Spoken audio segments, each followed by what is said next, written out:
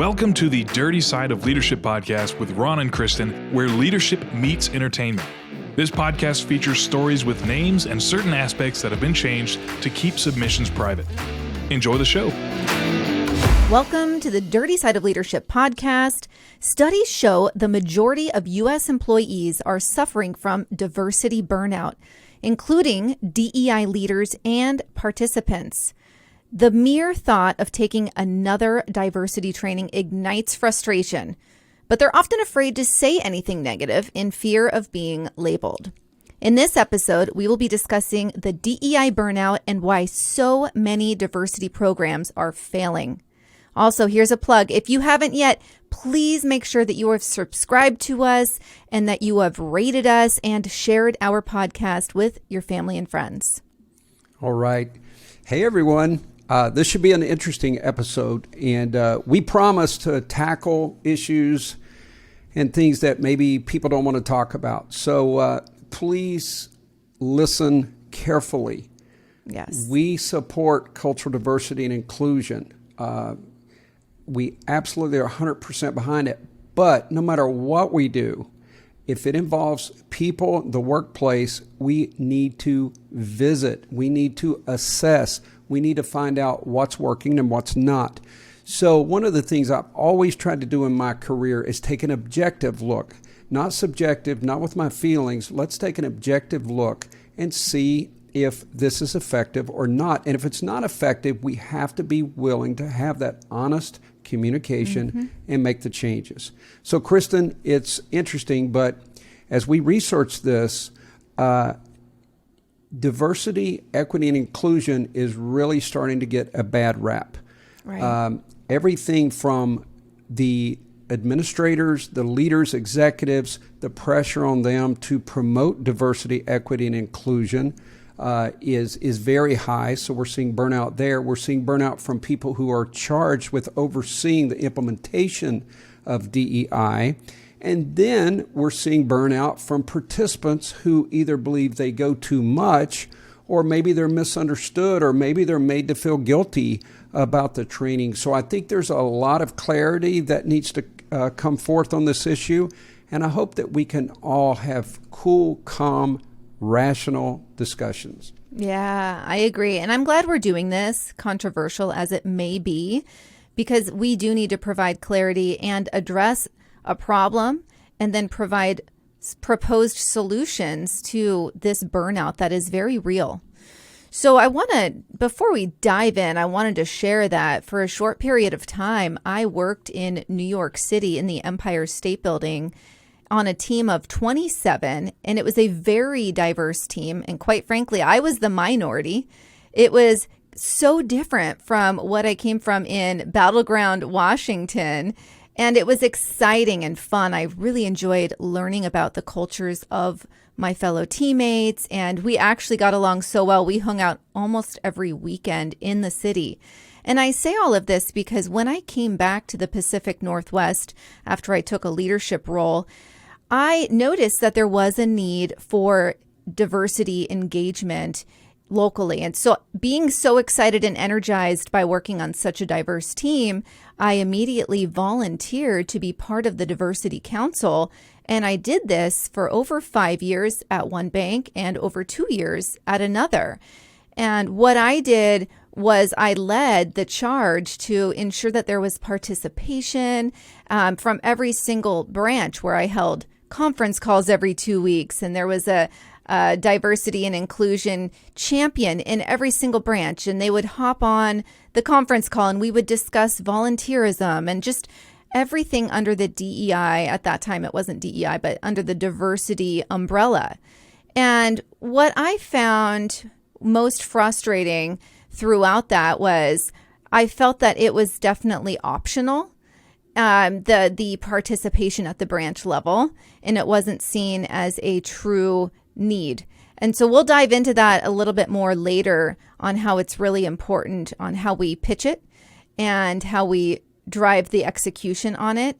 But really, really interesting. And so I share that with everyone listening because I really want, and with you, Ron, I really want everyone to know that we're coming from a good place, a place of where we genuinely want to have a transparent conversation on this so that we can see DEI being a success in many companies. Yeah, you can tell by the way we preface this that we know it's a hot button issue, and there are people who vehemently disagree on at least the implementation, frequency, things like that. But before we get too far, Kristen, I think it's important that we look at the origin. Yeah. Now, we know there's been some very horrible things that's happened in the past. But one of the things that I tell people is imagine if a couple, let's say there was, I don't know, one person stepped out on the other. And they go through all the carnage, all the damage, but they decide that they want to reconcile. But every time one of them does something wrong, no matter how small, the other person brings up the issue. You went out on me or whatever. So one of the things I think we got to be careful, we need to look at the past and see how we got here, but we can't keep going back to the past. And I think that's one of the problems, and that's some of the feedback that I've gotten on some of the DEI programs. But for this podcast and for this moment, let's understand why we're having this conversation. So in the 1960s, there was training programs developed. They were basically called equity trainings. And corporate America was supposed to, provide this training like other trainings that they were doing. Now, this was shortly after the government had passed the Equal Employment Act. And Kristen, in all honesty, at that time, there was just openly, there were people who were racist, there were people who were discriminating against people of color, right, minorities. So it was needed, just like when you talk about the history of the union, unions were needed. But at some point, we have to ask ourselves, for example, when some of these laws were enacted, affirmative action and otherwise, there was no clear path. There was no clear plan. So many of the corporations were left to their own demise. They're trying to implement programs that they don't understand, right, which breeds confusion with other people throughout the company. So I would say that beginning in the 60s, when we implemented this, the desire was good, but it came with no guardrails. And I think that leads up to some of the problems that we see today with DEI that we are going to try to bring some clarity to. Right. No, absolutely. And with a lot of things, yeah, it had good intention, like you said.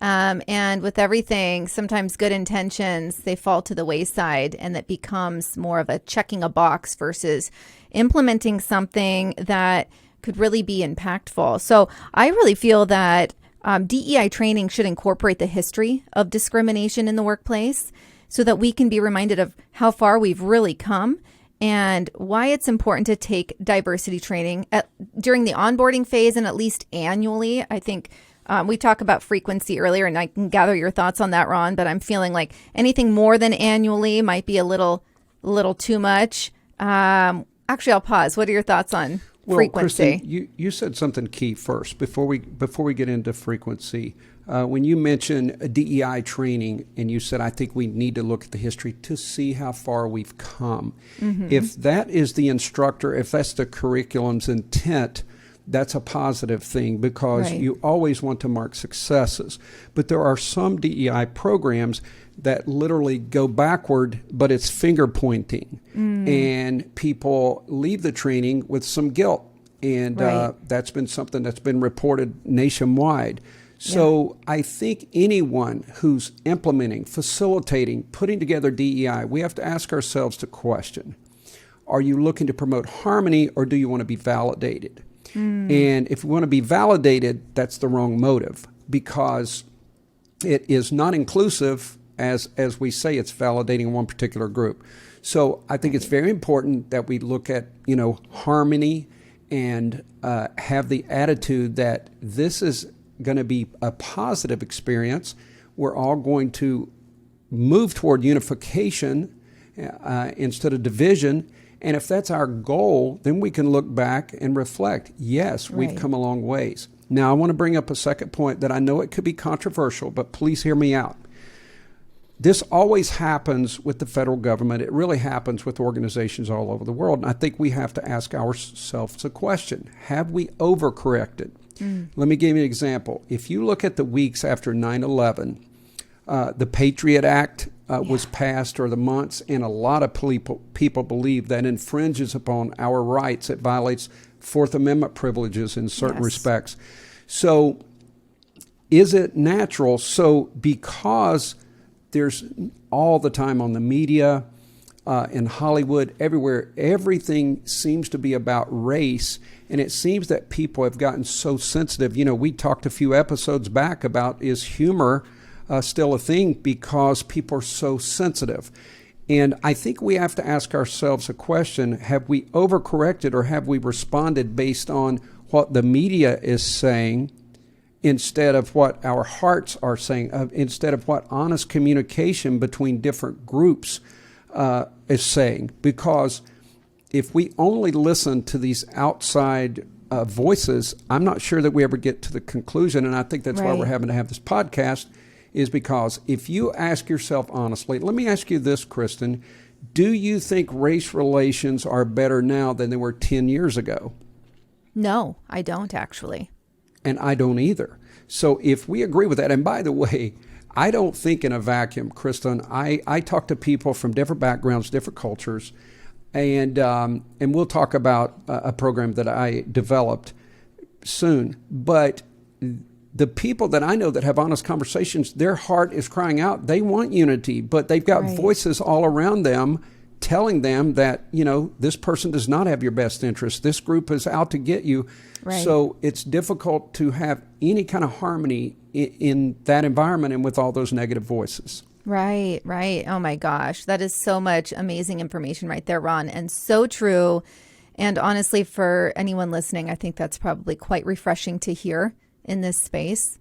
And I frankly find it unfortunate that companies have turned what should be a well-meaning focus on awareness, attitude, and understanding into checking boxes to satisfy DEI requirements. So equity and inclusion is now, unless something has changed in the past week, I want to talk about how we continue, or this space continues to evolve, and not necessarily in a positive way. So here's what's confusing for folks that are the participants in taking this training. It's gone from diversity training to diversity and equity to diversity, equity, and inclusion. And now, unless something has changed in the past week, it is now diversity, equity, inclusion, and belonging. And I understand the sentiment for each word, but what that does when you're constantly making revisions, it waters down the message, and people aren't going to take it as seriously. I was reading all these different posts, and they're like, what letter is next? How long is this acronym going to get? And it's comical, but it's like, it's true. What's the next letter, Ron? I mean, seriously. So we need to work on that as a nation, I feel. I absolutely agree with you. If our desire is unity and harmony, we can get there, but it's going to take, listening to the evidence. We want to be evidence-based in any of our practices, and we want the right kind of implementation. So listen to this, Kristen. We don't want to bombard too much with statistics, but companies are struggling to reach their culture diversity. Now I'm wanting to say all the different letters, forgive me. They're struggling to reach their goals. And it says 60% of workers surveyed by WebMD says diversity, equity, inclusion, and belonging programs aren't effective. And nearly half, 46%, say the programs had failed them personally. It's important to mention the survey participants are from diverse backgrounds, because I know some people might immediately think, these are all Caucasians, or, these are all African Americans or whatever, but it was a diverse group. So it's interesting, even the people who could serve to benefit the most from these programs are not pleased with the programs. So that tells you something's wrong. That's powerful right there. And those are big numbers. So let's think about how DEI is rolled out in companies, and this will probably sound familiar to you. So it often plays out like this. Many companies start out by hiring a director of culture, a chief people officer, or a head supplier of diversity. And everyone's excited when you bring them on board. They're eagerly signing up for training, signing up for the ERGs, the employee resource groups, and then getting involved in company-wide efforts for change. But with time, the DEI budget will shrink. Learning opportunities are few and far between. And the company's ERGs, these employee resource groups, haven't met in months. Why is this happening when nothing has changed? Yeah, that's very true. And Kristen, I consider myself a coach, and I've talked about in previous episodes that, in the 90s it was control and command, but now it's coaching. And I do think that's the missing ingredient. Most people, like you said, they have a committee and they get these great ideas and, they implement some type of training, and then the interest just kind of dwindles. That's just how life is. But if you had coaches who are literally coaching, talking with other managers, talking with personnel, talking with the individuals, in the workplace to say, hey, what did you like? What didn't you like? How can we change this? How did this make you feel? And they're getting a broad array of feedback. I think these programs could improve it, but it could also keep people motivated. It is human nature. It's not just DEI. This is what we can't forget. Most people come to work with a pretty busy schedule. They've got a to-do list, and they need to get things done. So no matter what the training is, even if it's a wonderful event, it's still taking them away from work, from getting the job done. Right. So when you throw in all these different trainings, and I'm not saying they're equal, but I'm saying there's still trainings, there's still time. We have to find a way. If cultural diversity and inclusion is so important to your agency, then give someone something. Allow them to leave early for that day. Give them something, reward them for participating, because we believe in this and we want people to stay energized, and we want it to actually become a way of life, part of the fabric of the organization. And if you mean that, have your coaches out there, pep it up, talk about it, have discussions, and maybe you can keep people rallied so that they are interested when they come to these types of trainings. Yes.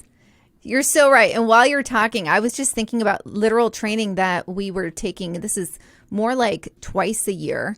And it was the longest. I don't know what your experience was like, but it was like 2.5 hours of training in comparison to all the other training modules that were half an hour. The other training modules had a test out option.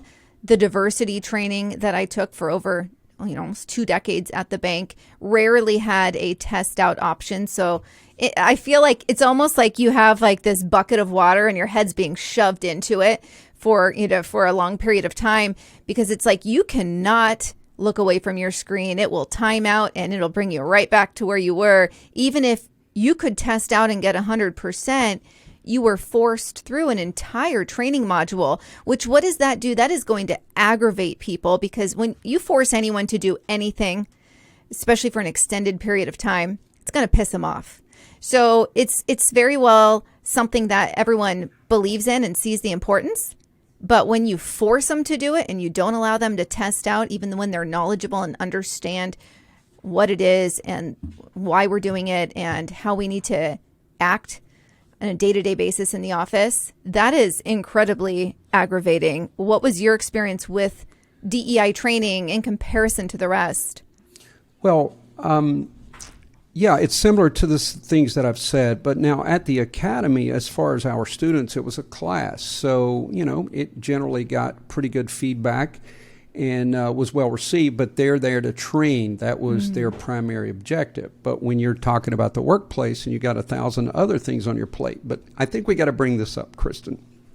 And it's humorous, but think about this. There's no one that probably comes to the training if the instructor said, raise your hand if you're a racist, you're not going to get any hands. So we have to understand that people are walking into these trainings or turning on their computer for virtual trainings thinking to themselves, I don't need this because I'm not a racist.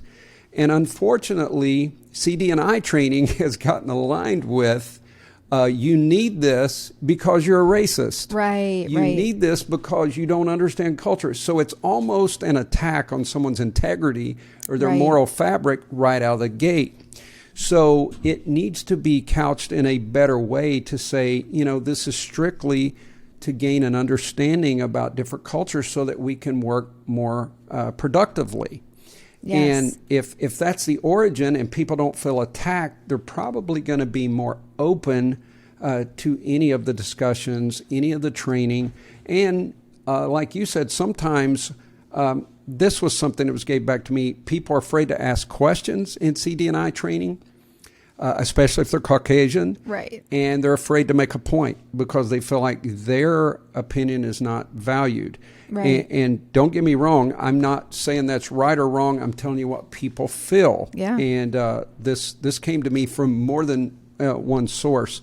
So I really, really hope, and I know you do, Kristen, and we talked before this, our desire, and I hope people see our hearts is we're visiting these programs to make them better, make them more effective, make them more inclusive. And that's why we're having these discussions. So I hope you're still hanging on in this journey.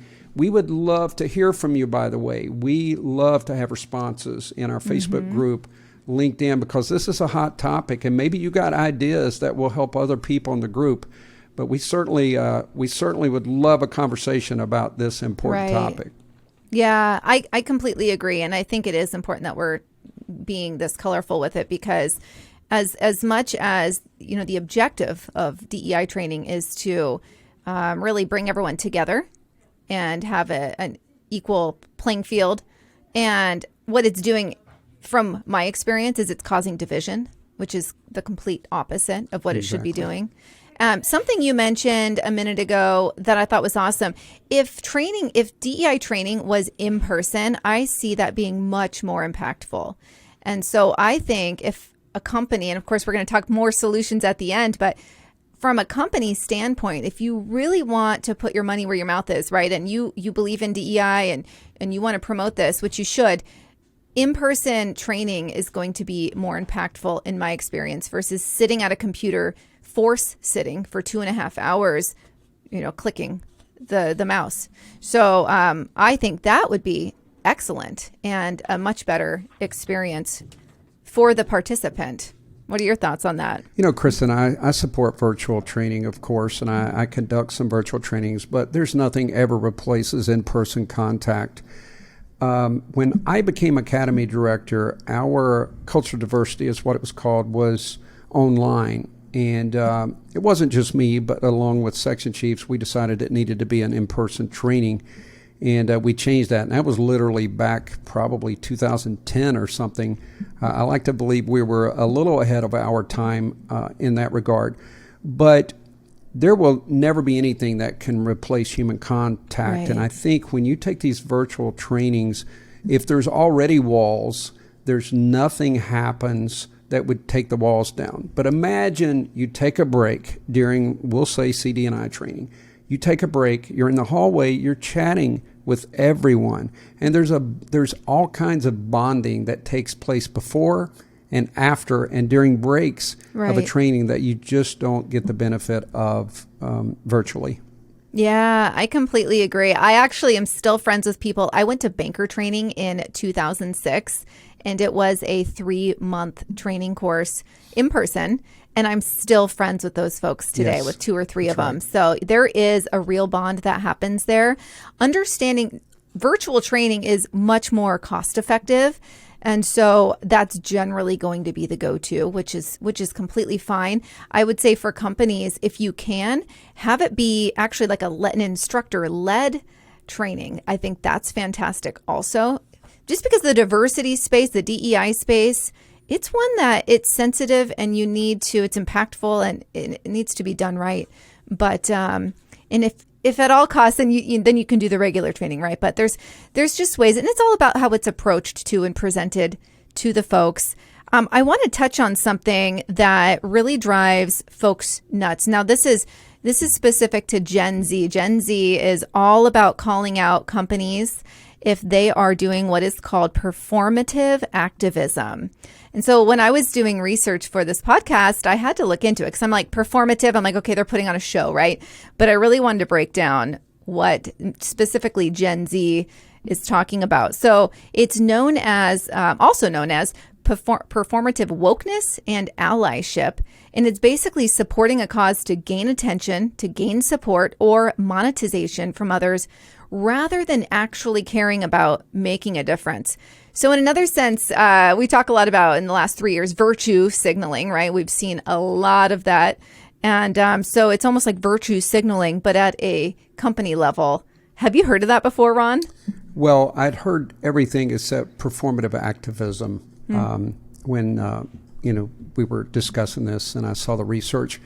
It makes total sense. You're always going to have people who, for whatever reason, and I'm going to be honest with you, Kristen, when I was Gen Z, that age, my thoughts were a lot different than they are now. So it seems like it's almost a fad to have something that you want to stand up for. Right. And so I'm sure there's a little bit of that. And of course, there's some people that absolutely believe this and so forth and so on. But as we've talked about, if the desired outcome isn't unity, isn't harmony, then we need to be somewhat cautious about anything that we're being fed or anything that's being presented to us. Right. Kristen, there's a section in my book. It's about vision statement, mission. And I talked about when an individual that I was supposed to be confronted basically confronted me and asked me what the vision was. And I quoted the vision statement. Well, he didn't stop there. He wanted to know what that meant. And I remember I was stammering around. I'd gotten placed on the defensive instead of being on the offense like I should have been. So at that point, I started to really research because, frankly, to me, vision statements sound great. It's like almost like a good catchphrase. But I started realizing, number one, people didn't even know the vision statement. They certainly didn't know the mission and how they mold together to form what we're doing. So I think CD&I training can be like that. I think a lot of companies, if you look at Hollywood, from ad campaigns, they showcase diversity. If you look at commercials, they showcase diversity. But is that really bringing unity? Of course, there's people that had been looked over for acting roles that need to be, given these roles. I get that. So I'm not saying that at all. I'm saying, is that enough? Just because, this is and I'm saying this as a joke, everyone, but I have people who, if you talk about cultural diversity and inclusion, a lot of people, now I need to say belonging, a lot of people always say, I have black friends, or I have Hispanic friends, I have white friends, and it's almost like that's the indicator. But it's much deeper than that, and I think just showing someone's picture or doing an ad campaign does not necessarily promote the harmony that is needed. So, Kristen, when we took this on, we knew it was very complex. It's very dimensional. I do not proclaim to know what it's like to be a minority. I don't understand a lot of the different aspects of some of the historical perspectives, and it may not be as personal to you and I as it is other people. What we can do, though, is lend our voice in a positive way to say we want to help bring some clarity and some unity to such an important project, because at the end of the day, and this is going to sound to some people like a catchphrase, we're all American. We all live in this great country, and my desire is to see us harmonize, because there's other countries that are looking at us, watching us, and they enjoy seeing us divided. Trust me, they enjoy that. Yes, they do. And they're taking great pleasure in that. So, if we can do our small part and other people can do that, we got to get back to a place where we're proud of our country and we're proud to be, brothers and sisters in this country. Right. Absolutely. And it's really interesting because I mentioned earlier I was the diversity champion for the area, and it was really, it was interesting how much folks wanted to get involved. From each location, they wanted to get involved, but really the breakdown seemed to be at the leadership end of it. And Ron, I guess, the main thing and we're kind of going back and forth on this, but really the main thing for participants and for leaders, because we have both listening, I think it's important that we understand that this needs to be from the top. It needs to be something that is a focus, and that if you have training that you want done or you want engagement in the community, there needs to be a show from leadership that you are putting the time aside for something that is believed in. And I think for when I was the leader of the diversity group, it was frustrating that the managers had made it optional for my participants. And so I could have a call with 50 people on it, or I could have a call with 12 people on it, because it was made optional. So that was really frustrating to me, because it was like leadership didn't make it a priority, but that was coming from the top down. That was not just the branch manager to blame. That's coming from executive level, because it wasn't shown as a priority. Mm-hmm. So something else for folks listening, if you're in that position of power or authority and you believe in this, which again, we are believers, we feel like there should be a focus. That's an organic, honest, genuine focus. Then you need to also let your managers and let people below you put the proper time into it so that they can really take the time to have that training done or go volunteer in the community, etc. No, that's right. Kristen, it's interesting you said that. Let's look at, according to Forbes, DEI burnout can generally be chalked up to one of the following structural problems: a lack of resources and authority. Can you imagine telling someone, we want you to build a diversity and inclusion program, but there's not any money to do it, so do your best. Or that happens all the time, by the way. It happens all the time. We know that it does. Yeah. Or you're not given the authority to implement programs. Right. Working in a silo, there's great material out there, and you need to look at some of the experts and what's already happening. You can't just dream it up and implement a program and think it's going to work. Right. Lack of community. The DEI leaders need to have some community of other people. Now, I'm not talking about the activism community that you call them and they're only going to preach the talking points. I'm talking about people who actually analyze their programs and they make adjustments to make sure that everyone is receiving something and that they're getting positive return on investment. If you can have a community of outside resources, that would make the program much, much better and more effective. Right. Then there's the lack of training. There's people teaching the DEI programs that don't know DEI, and that doesn't bode well for sure. I'm going to hit a couple more, and I want to hear from you. There's a disconnect between values and operations. It's one thing to be all emotional and you can say all the right things, but if it's not included in operations, in other words, if it doesn't have legs, it can't walk. It has to become, as I said, the part of the fabric. So you can say you promote diversity all you want, but you got to let your values, you got to put something behind your values to show that you mean it. And then there's too much focus on optics. We've already talked about that, the ad campaigns, the commercials, and all that stuff.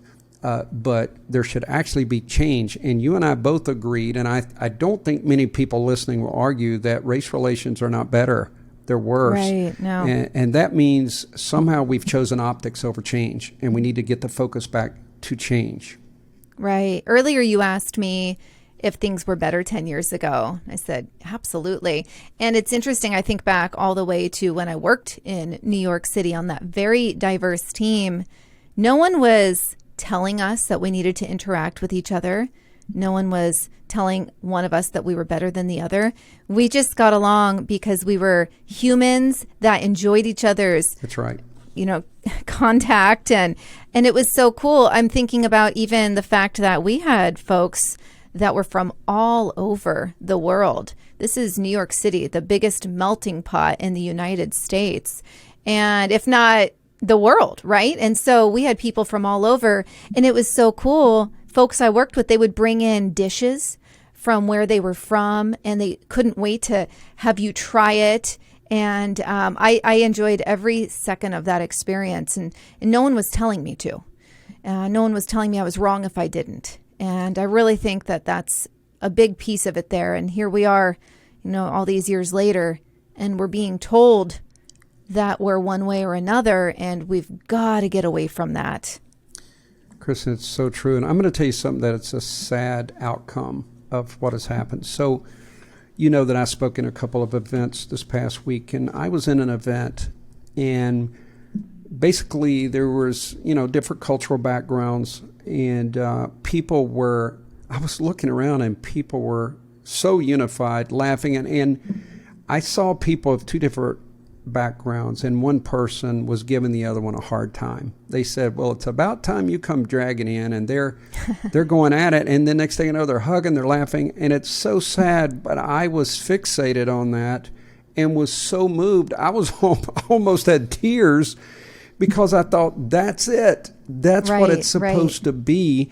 But isn't it sad that I'm sitting there amazed that two people from different cultural backgrounds can unify and hug and this is a very passionate subject for me and you and the people listening, but we need change over optics for sure. Yeah, we really do. So Ron, we wanted to talk about solutions, and like we always do, and reorganizing your organization's DEI efforts. This is for the leaders out there. I know we've gone between the DEI drivers, the DEI leaders. We've talked to people at the top of the company, and we've talked to participants here. But the action items, and this will affect the participants as well. But when you do this at the top, our best solutions for stopping the DEI burnout in its tracks are really to be proactive, not reactive, specifically about social justice issues. And wow, over the last 3 years, has that not been a boiling point? And that's an understatement. So something specifically here, don't just wait until an issue makes the headlines to start caring about it. Take a look about the current landscape and decide which hot button issues your company may need to address. That doesn't mean you have to. Just because every other company out there, or may seem like every other company out there, is addressing something, that does not mean that you do not, or that you have to address it. I'm curious what you think about that, Ron. I absolutely agree with you. And when we say be proactive instead of reactive leads to overreacting. That's the problem that I talked about earlier. If you wait, just after an event happens, emotions are rampant, and we start to implement policy when we haven't taken time to let the dust settle and think clearly. And and I think we've certainly seen that. So, Kristen, I want to give a few pointers to people listening who you feel burned out from taking these types of training, or you feel like you don't need it. You feel like it's an attack on your integrity. One of the first questions I ask when someone tells me that they don't like CDI training, I ask them, "Are you on the committee? Do you help develop it?" And it's almost always no. Right. They don't volunteer. They just grudgingly go, and then they complain. And that goes with any training program. But, I would say to people, get on the committee. If you've got issues with it, try to be a positive change in the company. So volunteer to do something, even if that is, like Kristen said, we did the same thing. And we're not trying to say this is a fix-all, but I'm saying we did some things like celebrating different months, for example, Black History Month or Hispanic culture, things like that. And we would bring dishes, and people would talk about their culture, and people really enjoyed it. So if you're an individual, participate in those things, get involved in those things, help put those things together. You also need to ask appropriate questions. If you don't understand something, now, my policy, and I know Chris and I have talked about it before, hers was as well, you go straight to the top and ask the question if you have the lead way to do that. And but also asking different cultures. I've found that most people are more than willing to tell you about their culture. Absolutely. So if you have a question, it's okay to say, well, why did you approach this that way? And Be yourself. And this is something Kristen and I talked about before we came on, is people try to bend over backwards to not appear racially insensitive. Right. And in doing that, they appear racially insensitive. So we need to be ourselves. I think everyone wants to be included. Imagine that word. And they want to be honored and celebrated and valued. And we're all human beings, as Kristen said earlier. So stop trying so hard. Be yourself. Engage in those conversations. Ask appropriate questions. And then when you are on a committee or you're putting something together, ask yourself if you've got representation from different cultures in that group, because sometimes you just get busy and you overlook something. But maybe there's an opportunity you can give someone. Now, here's what you don't do is people still have to be qualified. And if you're just trying to meet a quota, you may cause more problems than you realize. So make sure, of course, you want to promote various cultures, diversity. You want to include people and make them feel respected, but also you got to make sure people are qualified to do the job, because you never want to set someone up for failure. No. And I've already said it, you got to celebrate diversity. It's a beautiful thing. It's so beautiful when you get different cultures working together harmoniously. Great things can happen. As a matter of fact, the sky is the limit. Thoughts, Kristen? Yeah, no, it's actually quite an exciting topic for me, because I think about, as you were talking, I was thinking about when I worked in New York City, and I've always been really intrigued by Japanese culture. When I was young, we had a Japanese exchange teacher live with us for 6 months, and I just thought the culture was so cool. So I knew that you needed to hand, when you're handing your business card out, that you hand it out with two hands, and then you bow a little bit, and every culture bows a little bit differently, Asian culture. But I'll tell you how far that went. Just me knowing that and taking the time to know that. And then when I would have clients, especially in New York, but actually where I live right now, very diverse, 40% of the area I live in, people are from somewhere in Asia. And so just knowing that and having the respect to hand my business card with two hands and the slight bow, you don't even know. People's eyes light up. And so if we can do that organically, because that's just something I thought was really cool, and I loved doing that to honor their culture. They didn't ask that of me or expect that of me, but it was this genuine response. It can actually be a really beautiful thing. Wow, that was moving. I too was steeped in Japanese culture. As you know, I studied a Japanese martial art for 20 years and spent a lot of time when delegations would come over. And it is a very respectful culture, and I do like that. And when you said the word honor, we hardly ever hear honor anymore, but you were honoring their culture. And there's small adjustments that can be made quite easily. And I know sometimes you need some larger things, and facilitated to become part of the fabric. But there's small things you can do just out of respect. Right. Just out of respect. Exactly. So, Kristen, I wanted to share just a little bit more on solutions. I'm not going to be long on these, and you can weigh in. But we also need to figure out, we've talked about what leaders can do as far as putting a program together. We've talked about participants, and now we need to talk about reinvigorating your DEI program. And apparently from the statistics, they're quite stale. And so you've already said this, Kristen, but we need to be proactive, not reactive about social justice issues. We need to stay ahead of the curve. We need to have the conversations. It needs to be brought up in some meetings. And so that when something does happen, then we're ready for that. We've already taken the initiative. Don't just do things because everyone else is doing it. What has happened, Kristen, is there was some D&I programs that were not well received, and other people just saw that it was a D&I program, so they copied it. They incorporated it when they didn't get the outcomes. They don't even know if it accomplished its task. Yeah. And that is the other thing leading up, is no matter what type of training or program you have, you've got to evaluate it. You've got to find out not just did you enjoy the training, But takeaways. What did you take away from this training? What Right. can you implement from this training? There needs to be a DE&I strategy that aligns with corporate strategy. And it's got to be integrated in the flow of work, in the everyday activities. It's like that vision statement I said. It's got to become part of the fabric of the company. And you need to bring data, not drama. You know, we have a tendency, everyone does, to get emotional about things, but we got to ask objective questions, and we got to look at the data. What's the data saying? And if the data is showing that we need to make adjustments, then we have to make those adjustments. We have Right. to get the proper resources from leadership. Find out how serious they are by the purse Yeah. strings, right? If Exactly. we're gonna improve something.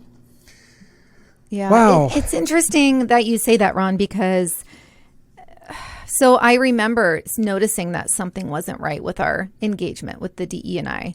And I had brought it up to somebody that had influence to assist. And they had said something to the effect of, I was showing data and stats and lack of engagement. And it was very much from a data point of view. And the person that I was speaking with said something to the effect of, this is a very emotional thing for many, right? Talking about diversity and ensuring that that was in the fabric of the company. And she was talking about it from an emotional standpoint when I was trying to make adjustments based on the actual data and numbers showing we don't have buy-in, we don't have engagement. So it was an interesting and frustrating conversation at the same time, because as much as, yes, I understand that there are emotions there, we want to do what's right by looking at the data and tweaking it to ensure that we get that emotional response in a good way. So that was such a, I want to pull my hair out in that conversation, but that happens all too often, I would say, especially in this space. Yeah, I agree. You know, Kristen, if I was going to sum this up another way, I would say give people the benefit of the doubt. Right. You know, grace, forgiveness, humbleness, these things go a long ways. And people do make mistakes when you don't understand one another's culture. Kristen, as you know, I developed a program, and I decided that I'm not going to call it diversity, equity, inclusion, but I called it cultural harmony and celebration. Now, I did not develop this in a vacuum. I talked to people from various background, races. I did research.